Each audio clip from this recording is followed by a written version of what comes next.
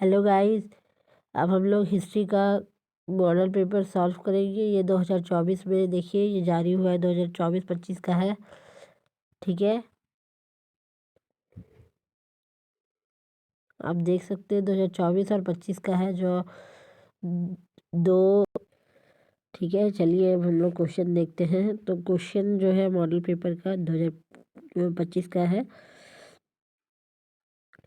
वो क्वेश्चन है संभववाद की अवधारणा में किस घटक को ज़्यादा महत्वपूर्ण दिया गया है। जो हमारा संभववाद है, इसके प्रवर्तक कौन है? तो विडाल डी ब्लास। ठीक है, और ये पूछ रहा है कि इसमें किस घटक को, यानी कौन सा घटक है उसको सबसे इम्पोर्टेंस दिया गया है। तो वो दिया गया है हमारा मानवीय घटक को। ठीक है, चलिए नेक्स्ट क्वेश्चन है, मेगानगर की जनसंख्या कितनी है? तो जो मेगानगर है, ठीक है, मेगा सिटी है, उसकी जनसंख्या कितनी है? तो वो है 50 लाख से अधिक। ठीक है, option number B. Next question है, विश्व में सर्वाधिक जनसंख्या केंद्रित है। ठीक है, विश्व में सर्वाधिक जनसंख्या केंद्रित है कहाँ सबसे ज़्यादा? तो पर्वत रहते हैं, ऐसे ऐसे करके जो पर्वत रहता है उसमें तो जनसंख्या रहेगा नहीं, क्योंकि थोड़ा सा उबड़ खाबड़ रहता है, वहाँ पे थोड़ा सुविधा उतना रहेगा नहीं। पठार है तो पठार में भी लोग उतना नहीं रहेंगे, क्योंकि वहाँ पे भी ये पठार वगैरह रहेंगे। मरुस्थल है तो वहाँ पे जहाँ मतलब रेतीली इलाका है, वहाँ पे कोई कैसे रहेगा जहाँ उपजाऊ भूमि है ही नहीं। तो लोग ज़्यादा कहाँ रहना पसंद करेंगे? तो वो लोग रहेंगे मैदानों में। Option number B. Next question है, भारतीय जनगणना इतिहास में किस वर्ष को ग्रेट डिवाइड की संज्ञा दी गई? भारत में जो जनगणना हुआ था उसमें जो ग्रेट डिवाइड के नाम से किसे जाना जाता है? तो क्वेश्चन उसका ऑप्शन है 1911, 1981 और इधर है 1951 और 1921। तो वो जो ग्रेट डिवाइड की संज्ञा दी गई थी 1921 को। नेक्स्ट क्वेश्चन पूछ रहा है, मानव विकास की अवधारणा निम्नलिखित में से किस विद्वान ने दी? तो जो मानव विकास की अवधारणा यानी HDI, ह्यूमन डेवलपमेंट इंडेक्स, ठीक है, तो वो कौन दिए थे? तो वो दिए थे हमारा डॉक्टर महबूब उल हक। ठीक है, डॉक्टर महबूब उल हक दिए थे। ये कहाँ के निवासी थे? तो ये थे हमारे पाकिस्तान के। ठीक है, और ये कब दिए थे? तो ये दिए थे आपका 1990 में। ठीक है, इसको भी आप लोग याद रखिएगा। नेक्स्ट क्वेश्चन है, निम्न में से किस प्रकार की कृषि का विकास यूरोपीय औपनिवेशिक समूह द्वारा किया गया था? जो कृषि था उसका कौन सा, जो यूरोप औपनिवेशिक काल में इसका सबसे ज़्यादा इम्पोर्टेंस दिया गया था? तो वो था रोपण कृषि। रोपण कृषि के अंतर्गत कौन कौन सी फसल आती है? अगर आपको पता है तो बताइए, नहीं तो मैं ही बता देती हूँ। देखिए, रोपण कृषि उसे कहते हैं जो मतलब ये जो खाद्य पदार्थ ना हो, लिक्विड पदार्थ में हो। जैसे आपका हो गया कॉफ़ी, फॉर एग्जांपल गन्ना, हाँ, फिर आपका हो गया रबड़, ठीक है, एक्सेट्रा इत्यादि आप कह सकते हैं। हार्टिकल्चर किसके उत्पादन से संबंधित है? हम लोग तो ये क्वेश्चन छोड़ ही दिए, 6 क्वेश्चन है नहीं, पहले 6 क्वेश्चन देखते हैं। निम्न में से किस कृषि प्रकार का यूरोप, ये तो हो गया। नेक्स्ट क्वेश्चन, हॉर्टिकल्चर किसके उत्पादन से संबंधित है?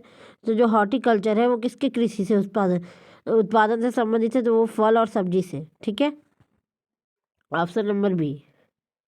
नेक्स्ट क्वेश्चन है, निम्न में से एक क्वेश्चन है, निम्न में से कौन सा रोपण कृषि नहीं है? जो रोपण कृषि में अभी आपको कही कि ये हो गया कॉफ़ी, गन्ना, रबड़, ठीक है, और ये रोपण कृषि, ये तीनों है। बट ये गेहूं आपका रोपण कृषि नहीं है, ये खाद्य पदार्थ है। चलिए, निम्न में से कौन सी एक अर्थव्यवस्था में उत्पादन का स्वामित्व व्यक्तिगत होता है? मतलब व्यक्तिगत स्वामित्व व्यक्तिगत होता है, मतलब जो प्राइवेट सेक्टर होते हैं उसको हम एक तरह से कह सकते हैं कि ये पूंजीवादी होते हैं। ठीक है, जापान का रेयड किसे कहते हैं? तो ये कहते हैं नगोया को। ठीक है, ऑप्शन नंबर बी। नई औद्योगिक नीति की घोषणा कब की गई? तो ये किया गया था आपका नई औद्योगिक नीति ये किया गया था आपका 1991 में, 1991। नेक्स्ट क्वेश्चन है, एक विकसित अर्थव्यवस्था में जनसंख्या का बड़ा अनुपात किस पर निर्भर करता है? दो जो जनसंख्या का आकार है वो किस पे, तो तृतीयक सेक्टर में निर्भर करता है। वो किस में निर्भर करता है? तृतीयक सेक्टर, यानी टेरिटरी सेक्टर। नेक्स्ट क्वेश्चन है, कील नहर का कहाँ स्थित है? जो कील नहर है वो कहाँ स्थित है? वो है जर्मनी में। ठीक है। जल किस प्रकार का संसाधन है? मतलब जल किस प्रकार का संसाधन है? तो हम जल के बारे में थोड़ा समझ लेते हैं। जैसे जल क्या है, तो जल का उपयोग हम लोग बहुत सारी चीज़ों में करते हैं। ठीक है। फॉर एग्जांपल सिंचाई, घरों में, और भी बहुत तरीके से जल का उपयोग किया जाता है। तो जल क्या है? एक चक्रीय संसाधन है। ना ही ये अनवीकरणीय, ना ही जैव है, और ना ही A and B है। मतलब इसका ऑप्शन होगा आपका बी, चक्रीय संसाधन। नेक्स्ट क्वेश्चन है, आर्द्र कृषि में कितनी वार्षिक वर्षा आवश्यक है? जो आर्द्र कृषि यानी कि शुष्क और आर्द्र। ठीक है, इसको भी आप थोड़ा सा देख लीजिएगा, ये इंपॉर्टेंट है। आर्द्र कृषि में कितनी वार्षिक वर्षा आवश्यक है? ठीक है, आर्द्र कृषि है उसमें वर्षा कितनी है? तो उसमें जो है वो होती है, वो 75 सेंटीमीटर से अधिक होती है। ठीक है, option number B. Next question पूछ रहा है कि अंकलेश्वर खनिज तेल क्षेत्र कहाँ स्थित है? तो वो अंकलेश्वर खनिज तेल है वो कहाँ स्थित है? तो वो हमारा गुजरात में। कहाँ है? तो वो हमारा गुजरात में। Option number A. विश्व का सबसे व्यस्त समुद्री मार्ग कौन सा है? तो जो सबसे व्यस्त समुद्री मार्ग है वो उत्तरी अटलांटिक है। ठीक है, north north Atlantic. Next question है, WTO का मुख्यालय क्या है? WTO का फुल फॉर्म क्या होता है? तो होता है वर्ल्ड ट्रेड ऑर्गेनाइजेशन। ठीक है, और ऑर्गेनाइजेशन, तो इसका मुख्यालय कहाँ है? तो ये जनेवा में। और वर्ल्ड ट्रेड ऑर्गेनाइजेशन की स्थापना कब हुई? तो ये हुआ था 1995 में। ठीक है।